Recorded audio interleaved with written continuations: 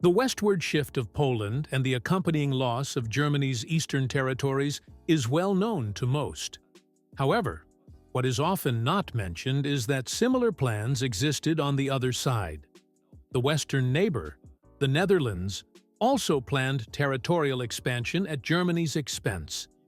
This lesser-known episode of the post-war period reflects the deep scars and mistrust left by the brutal conflict in the region.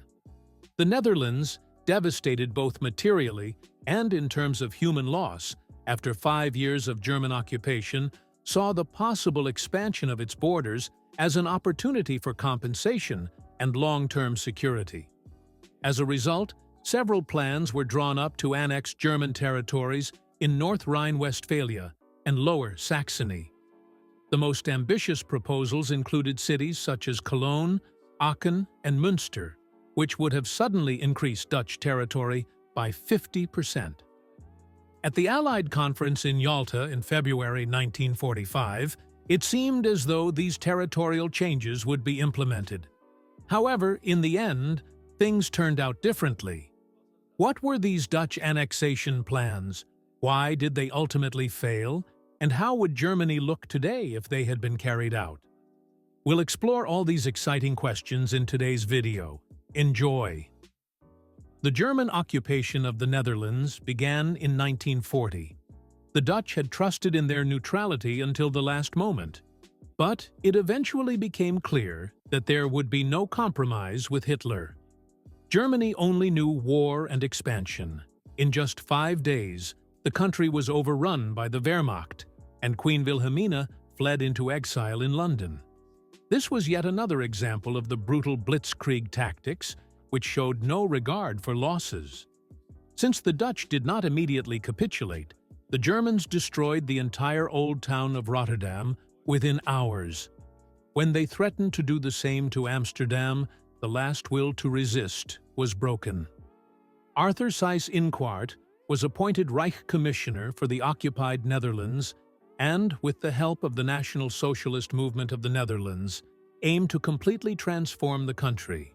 According to Hitler's plan, the related Germanic people of the nearly 9 million Dutch were to be systematically Nazified and, after Germany's final victory, integrated into a greater Germanic Reich. Initially, there was some degree of sympathy between the Dutch and Germans, but this quickly changed after the destruction of Rotterdam, Hitler's cruel plans, and with each passing day of occupation. It soon became clear that the occupation policy was primarily aimed at economically exploiting the Netherlands, particularly its food industry, forcing the population into labor and persecuting Dutch Jews. This last point especially led to increased resistance against the German occupiers from 1941 onward. Hitler quickly realized that his plans would fail. The predominantly liberal-minded Dutch could not be re-educated according to his ideals, and National Socialist ideology found no fertile ground in the country. In response, he increasingly turned to brutal measures against the population. This became particularly evident after the tide of the war turned, as Allied forces advanced further. Key transportation routes, bridges, and port facilities were deliberately destroyed to hinder the mobility of both the population and Allied forces, as well as to weaken the Netherlands' economic capacity. Any resistance was brutally suppressed, and almost all of the country's Jews were deported. The massive exploitation of Dutch food resources was another hardship. Before the war, the Netherlands had been one of the most important exporters of food. But during the occupation, rationing led to a severe shortage of essential resources. The situation reached its peak during the hunger winter of 1944–45. As Allied forces advanced and the population went on strike, the Germans retaliated harshly by cutting off food supplies to the Western Netherlands entirely. Rationing became even stricter, with adults receiving less than 1,000 calories per day. It is estimated that more than 20,000 people died as a result. Relief finally came in the spring of 1945, as Canadian troops advanced and eventually liberated Amsterdam and Rotterdam. The Wehrmacht surrendered, and the brutal, nearly 5-year occupation came to an end. Yet, even during the celebrations of Germany's defeat, calls for compensation arose. These demands were not only monetary but also territorial. With the support of the Dutch foreign minister, leaflets were distributed throughout the country promoting the annexation of German territories. However, the proposals varied widely. Some advocated for mere border adjustments, while others proposed a new border starting in Hamburg. This led to the formation of the Dutch Committee for Territorial Expansion, chaired by Bakker-Schut. Bakker-Schut developed what became known as the Bakker-Schut Plan, or the Greater Netherlands Plan. According to this plan, the Netherlands would expand extensively into Lower Saxony and North Rhine-Westphalia. 3 realistic scenarios were drawn up for the negotiations. Let's take a closer look at them. First, there was the most ambitious scenario, Plan A.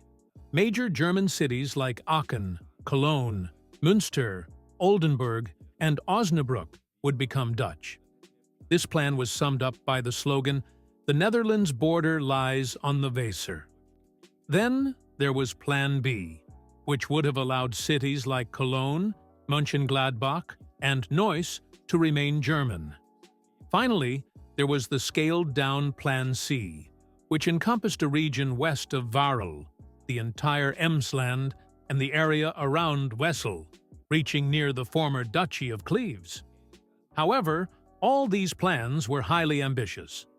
For Bakker-Schut, it was clear that the entire German population in these regions would have to be expelled to make room for Dutch settlers, similar to what happened in the Eastern German territories that became Polish. This, however, would have been particularly difficult in major cities like Cologne. Nevertheless, a detailed plan was already drawn up for this, called Oostland, Ons Land, Eastland, Our Land. It included a full timetable for expelling the entire German population.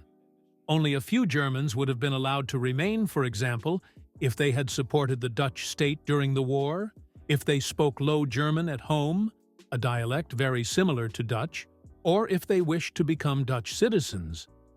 This sparked a major debate in Dutch politics. Supporters included farmers and Catholics who hoped for more land and a larger Catholic population. Conservatives and liberals were divided, while socialists, including Social Minister and later Prime Minister Willem Drees, were strictly opposed. Ultimately, it was the Americans who put a stop to these plans. Although they had shown openness to such ideas during the war at Allied conferences, the situation changed with the onset of the Cold War. For the Americans, a stable West Germany was essential to counter the influence of the Soviet Union. West Germany was already struggling to absorb approximately 14 million refugees from the Eastern territories. The Allies wanted to avoid further division and weakening of West Germany at all costs. The Allied High Commission rejected the Dutch annexation plans in 1947, effectively ruling out Plans A, B, and C. Nevertheless, the Dutch government did not give up and made another attempt in 1949, proposing a simplified version of Plan C. This covered roughly 2,000 square kilometers, including the island of Borkum, large parts of Emsland, Bentheim, and cities such as Ahaus, Ries, Cleves, Erkelenz, Geilenkirchen, and Heinsberg. However, this too was rejected by the Allies. To appease the Dutch, they were granted a small annexation of just 69 square kilometers at the London Conference. This included the villages of Elton and Selfkant, affecting around 10,000 people. Additionally, minor border adjustments were made near Arnhem and Dinkspurlo. These territories were eventually repurchased by the German government in 1963, except for a small hill near the village of Weiler, which remains part of the Netherlands to this day. But that's a topic for another video. Let us know in the comments if you'd like to see such a video. Had the plans been implemented back then, Europe would undoubtedly look very different today. The annexed territories were industrially and agriculturally valuable, and would have significantly increased Dutch power, likely giving the Netherlands a much larger role in Europe today. In contrast, Germany's development would have been severely hindered. In the long term, the annexations could have made reconciliation and relations between the Netherlands and the newly founded Federal Republic of Germany much more difficult, and could have even caused internal tensions within the Netherlands. But what do you think the consequences would have been? Let us know in the comments.